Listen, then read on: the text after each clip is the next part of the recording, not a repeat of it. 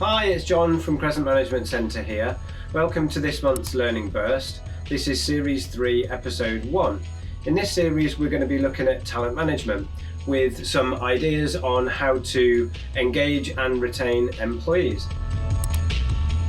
Talent management should focus on addressing specific staffing issues, and talent management as such is a cycle.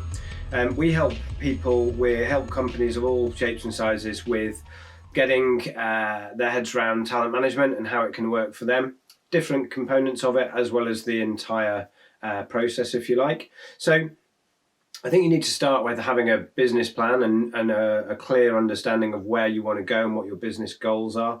I think beyond that, you need to have a sense of some kind of workforce strategy. Even if you're a small business, I think you need to know what skills you need or are anticipating needing over a sort of medium to longer term, so maybe over the next 12 to 36 months. I think beyond that, then talent management becomes about how you attract people and making sure that your brand for your business, employer brand, is right, that you're attracting the right people. Looking at different ways that you can bring people into the business, onboard them, make sure they're happy and raring to go, and that they settle in quickly, and how we develop people, and sometimes how we move people on through the business as well. So from promotion, but also outplacement, so moving people out of roles also. There's no one-size-fits-all approach to talent management. People like me always say things like that, but businesses are so different, and it really does depend, like I've just mentioned, on your plan and your people strategy. So it depends on your context and your situation and your goals, really. There are some broad themes and there are solutions to common problems, fortunately. I think certainly looking at the mainstream media recently, certainly in the UK post-COVID, if we can call it that, then there are news reports pretty much all day, every day about certain vacancies that are really difficult to fill. And I really think this, what was termed years ago, kind of war on talent, is back again, but in a really big way. So we're anticipating helping people and companies with this ongoing now, really. Hence this learning burst, just to kind of share a few ideas. So what I'd like to do is just share a few ideas around engaging and retaining employees during this particular learning burst, and we'll probably revisit some different areas. And if you've got any comments or anything particular you'd like me to cover, or colleagues of mine to cover, then please do let us know in the comments or drop us an email. So when you're thinking about talent management for your business, first of all, you need to think about, why are people leaving, or why are people not joining? So that would be my first exercise, really. That would be, first piece of work that I think you should do. There's going to be loads of reasons why people are leaving or not joining. But if we focus on why people are leaving for a minute, I'm going to align my answer with and try and be sort of vaguely intelligent with it. And you can align your answer to this question often with the things that motivate people in work. There's a ton of work that's been done on motivation over the years within workplace contexts, and there tends to be the basics, essentially, like pay and conditions and people and management style and that sort of stuff. So I think those will be some of the kind of core reasons. They're certainly contributing factors anyway as to why people might be leaving. People may also be leaving for sort of higher level reasons as well. So above those kind of basics, as it were, other key motivating factors that drive people on at work are things like development opportunities and progression opportunities. So quite often, the pay and conditions and so on are kind of okay, and the office is great or whatever, colleagues are great, and manager's great, but it just isn't quite enough for a person if they want to take their career on. So progression, development opportunities, and then sometimes I think there's certain stuff even higher up the pyramid, the hierarchy, if you want, and that is that it just doesn't fit with them. The person's values have changed, or the work that you're doing doesn't resonate as a whole. So it could be about the organisation or your business as a whole. And of all of those things I've listed, there's a certain amount of stuff you can do about each of those as the business owner or as the head of department or whatever you might be. But there's only so much we can change. Some of it is genuinely just going to be about that person and their own experience of work right now. So I think it'd be useful for us to have a look at just a few ideas around some of those reasons why people are leaving and the sorts of things, changes, positive things you can do to address them. So thinking about factors in the workplace that impinge on motivation, what are some of those fundamental things that are kind of demotivating factors, really? So some of the things that I think we should consider are workplace conditions, rules and regulations, levels of bureaucracy, and management style. And so really what we're trying to do here is trying to find out, for an individual, but maybe for all employees, what are the things that wind them up every day? What are the things that just get them down? And to focus on those, and there'll be smaller things, but they'll be quite annoying. And if we can work out enough of what they are and we can start reducing some of those, then we are reducing the demotivation that people feel on a day-to-day basis. So it might be really fairly simple things. You know the list. It'll probably, well, you'll know the list for your company. It'll be that it'll be parking, or it will be, I don't know, the temperature of the building, or the layout of something, or the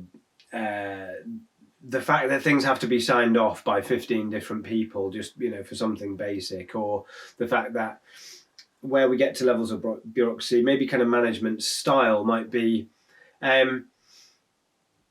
lower levels of annoying management style, like micromanagement. So you're micromanaging people like a bit, or there are systems and spreadsheets and checks and measures in place that feel bureaucratic, like you're being micromanaged, for example. So first idea is, what are the smaller things that are demotivating? Can we find out what they are? And can we make some of them, or hopefully all of them, less, or indeed go away altogether? So that's my first thought, is factors in the workplace that are getting people down, really.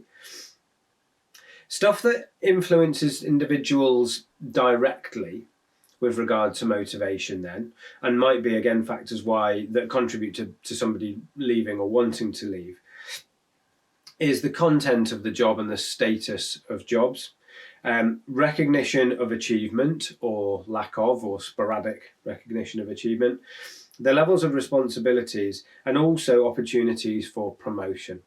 Now, we're starting to get to things that are a bit more chunky, and they might be a bit out of your control, so you might not be able to do much about it, but you may have more control than you realise.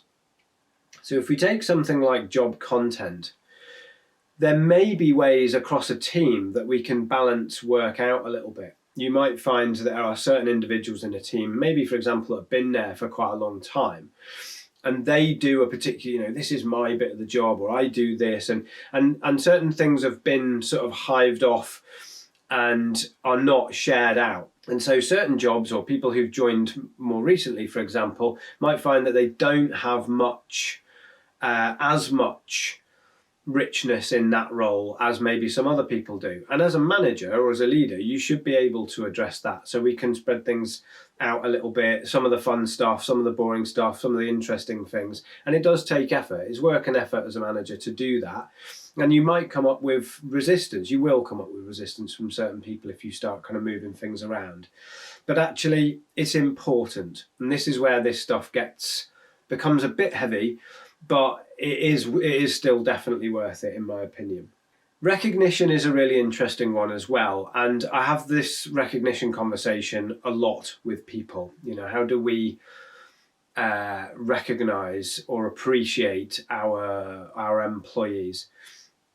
I'm not going to get into vast detail in that now, because it is the subject probably of a whole learning burst or a whole conversation. But suffice to say, again, I think it would be useful and purposeful for you to tune into how you're recognising people.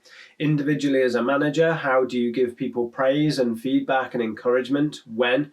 How do you say it? How does it come across? How does it land? How do people sort of actually take that or not from you? And oftentimes, obviously, within organisations, there are reward and recognition sort of systems. And again, that's a whole nother area. If those look and feel tokenistic, then that's usually a bit of a warning sign for me as an outsider coming into businesses, looking at things that can often be quite expensive, and they're well meant, but they don't really connect with people. They don't actually cause people to feel any more recognised or rewarded or engaged. Again, opportunity for promotion on that list is a broader issue. It kind of suggests to me that you've got a sense as a manager or as a management team that you've got a clear business plan, departmental and team plans, you've got appraisals or something similar to that, where you can divide up work and you can differentiate work on an individual by individual basis to ensure that you've got the best possible opportunities available. Also goes without saying, but that needs to be done fairly. So you might want to work out where you've got any gaps in terms of thinking about from an equality and diversity point of view. Are we promoting people fairly based on their personal characteristics? So let's just do a quick recap. When it comes to engaging and retaining employees, think about the salary and benefits and the fact that they must be competitive. So you might need to do a little bit of research in terms of the market. What are other people, similar organisations and businesses paying for similar roles? I would recommend that you hire the right person at the start. Makes sense, but quite oftentimes we hire people because we have to, or because that's those are the people that are available at the time. So just take care with that. Remember to reduce employee pain. So thinking about the demotivating factors and trying to reduce or eliminate those. Think about having leadership development, leaders not bosses. So think about supporting your managers to develop. According to the Chartered Management Institute, 70% of people in management roles are there by accident. They don't have any formal training. So, get in touch with us or somebody else to do some development work for them, so that they've got the right behaviours and they're recognising and encouraging and praising people for great work. Make sure you develop your people. So you've got systems in place for progression, but also learning, formal learning and informal stuff as well. So on learning kind of on the job, like during the job, but also maybe courses and qualifications and so on. And then finally, be a brand that people can be proud of, be a brand where people want to work. And that doesn't have to be too demanding. I think that is a piece of work we can do, but again, it's based on leadership and it has to be led, and it has to be led in the right way. So be exciting, or be whatever adjective you want your business to be, but make sure that your workplace is a great place to do that kind of work. So thanks very much for listening. I hope you found some ideas to spark a bit of interest, or some ideas for you to reflect on personally with regard to engaging and retaining your people. If you have found it useful and you want to know any more, please get in touch with us. You can comment and like and subscribe and so on. So please get in touch and stay in touch. And thank you very much for watching. Thanks very much for watching. I hope you enjoyed the video. Remember to like and comment, hit the bell icon for notifications of future videos.